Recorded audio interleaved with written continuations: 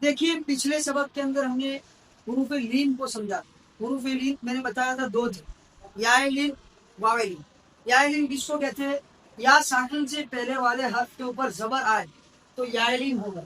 जैसे ये या साकिन है और इससे पहले वाला हर्फ है बा, जबर आया तो वह बई, इसको बोलते हैं याए लीन। वावे लीन किसको कहते हैं? वाव साकिन से पहले वाले हर्फ पर जबर आया। जैसे ये बा है, बा पर जबर है, वाव साकिन के पहले वाला हर्फ है बा, बा के ऊपर आया जबर, बो। ये हो गया वाविल। ये यारिन, ये वाविल। ये हमने पिछले सबक में समझा। इससे पहले हमने हुरूफ मद्दा को समझा।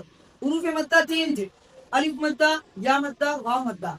अलिफ खाली से पहले वाले हर्फ पर जबर आए तो अलिफ मद्दा होता है। जैसे अलिफ खाली से पहले वाला हर्फ है बा, बा। अलिफ खाली इसलिए कहते हैं कि अलिफ खाली होएगा, इसलिए कहते हैं उसके ऊपर कुछ लग जाएगा ना तो फिर ये अलिफ अलिफ नहीं रहेगा, बल्कि अलिफ हमजा बन जाए, क्योंकि अलिफ हमेशा खाली आता, हमेशा खाली आया। इसके ऊपर कुछ लग गया तो फिर ये हमजा बन जाता, चाहे जबान लगे, चाहे जेर लग जाए, चाहे पेश लग जाए, फिर ये हमजा बन जाता, अलिफ अलिफ नहीं रहता। इसलिए शर्त लगाई कि अलिफ खाली से पहले वाले हर्फ पर जबर है, तो इसको बोलेंगे अलिफ मद्दा। बा उनके मद्दा को एक अलिफ के बराबर खींच के पढ़ना। या मद्दा किसको कहते हैं? इसका उल्टा, या साकिन से पहले वाले हर्फ के नीचे जेर आ जाए, या लीन में ना जबर है तो या लीन होता, या साकिन से पहले वाले हर्फ के नीचे जेर आएगा तो या होता हो। वाव बंदा रस्सो कहते, इसका उल्टा, वाव साकिन से पहले वाले हर्फ पर पेश आए, यहाँ पर जबर, तो यहाँ पर कोई समझ लगा दिया तो होगा तू वाव बंदा। ये तीन उनके मुद्दा है। इसके साथ साथ मैंने खड़ा जबर खड़ी से मुद्दा पेश को भी समझाया। खड़ा जबर अलिफ मुद्दा की तरह काम करेगा, खड़ी से या मुद्दा की तरह उल्टा पेश वाव मुद्दा की तरह काम करेगा। ये भी हमने सारा तो समझ लिया।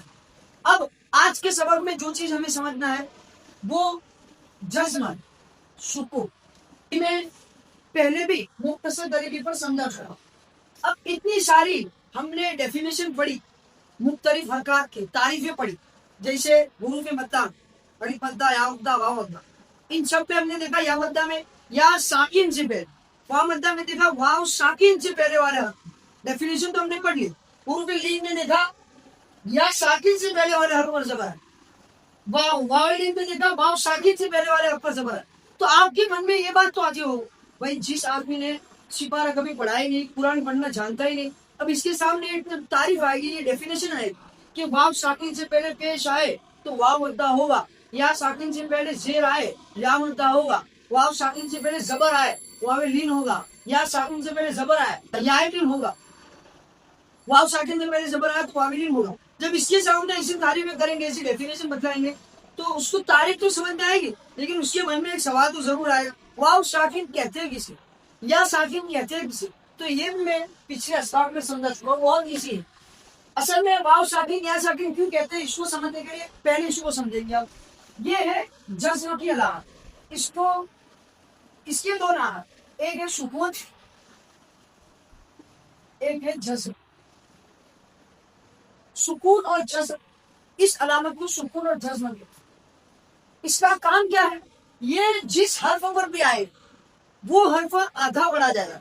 जैसे जबर जेर में से हरकत, हरकत वाला हर्फ पूरा पढ़ा जाता है बगैर खींचे, ब ती सु पूरा पढ़ा जाता है।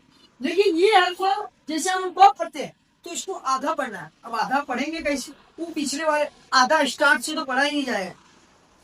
मैं आपको समझाने के लिए बात बता दूं, अंग्रेजी जुबान में किसी हर्फ को आधा पढ़ा जाता है स्टार्टिंग से। टी स्टॉल, स्टॉल, स्टॉल नहीं पढ़ा जाता, स्टॉल, स्टॉल, सा आधा पढ़ा जाता है सूट में। होता है कि नहीं? कई चीजें ऐसी होती है कि जिनमें आधे हर्फों से स्टार्ट होता है, लेकिन अरबी में आधा पढ़ा ही नहीं जाएगा। अब इसको पढ़ने के लिए क्या करना पड़ेगा वो मैं समझा। यानी आज का सबक है सुकून और जज्म को समझना। अब ठीक है, जब आप हरकत वगैरह समझ लिया तो आपके लिए हर को पढ़ना वैसे तो आसान है, अ ब त, लेकिन इन्हीं हुरूफ पर अगर ऐसा जज्म लग जाए तो इसको कैसे पढ़ेंगे? भाई नए आदमी के लिए कंफ्यूजन की बात है। अब जैसे ये तो है, इसके ऊपर जज्म है बराबर, तो के ऊपर जज्म है, ये तो हमने समझ लिया कि जज्म वाला हर्फ आधा पढ़ा जाए, सुकून वाला हर्फ आधा पढ़ा जाएगी, लेकिन कैसे पढ़ेंगे? तो पीछे हर्फ से मिले, जैसे अलीफ है, अब यहाँ पर कौन अलीफ पढ़ता है सब हमजा नहीं, अब तो अगर जज्म तो ये इससे मिलेगा अब अब अस, ये हमेशा पिछले हर्फ से मिलाकर पढ़ा जाएगा। जब ये कवायद पूरे हो जाएंगे, इसके बाद जब कुरान करीम की तिलावत करेंगे तो उस वक्त में साथ में सारा समझाता रहूंगा, 2 बार कवायद 2 बार रिपीट करा दूंगी। तो समझ में आ गया, जज्म वाला हर्फ आधा पढ़ा जाएगा।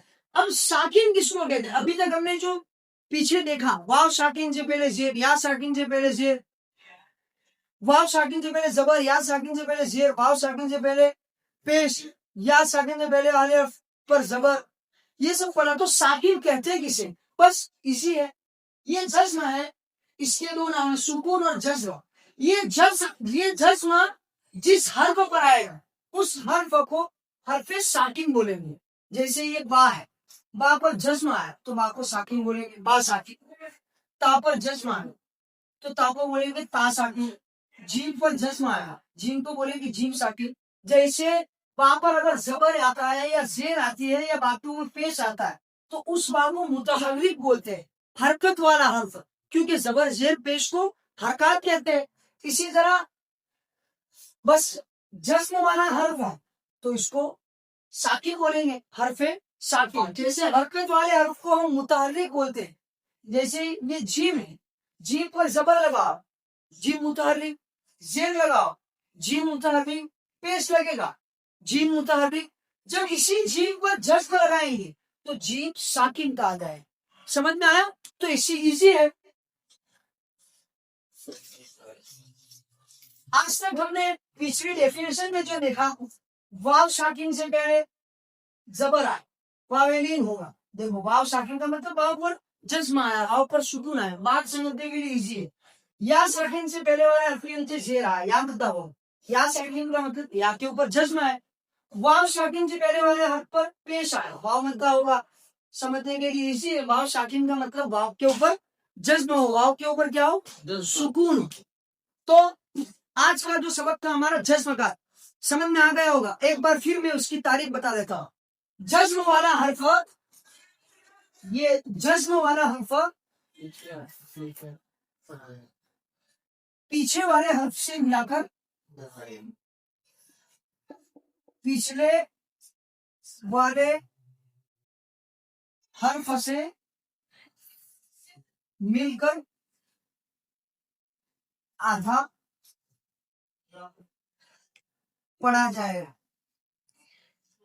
समझता है? जैसे फॉर एग्जाम्पल, अब वक्त,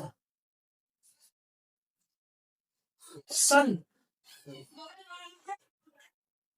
वक्त, समझ में आ गया?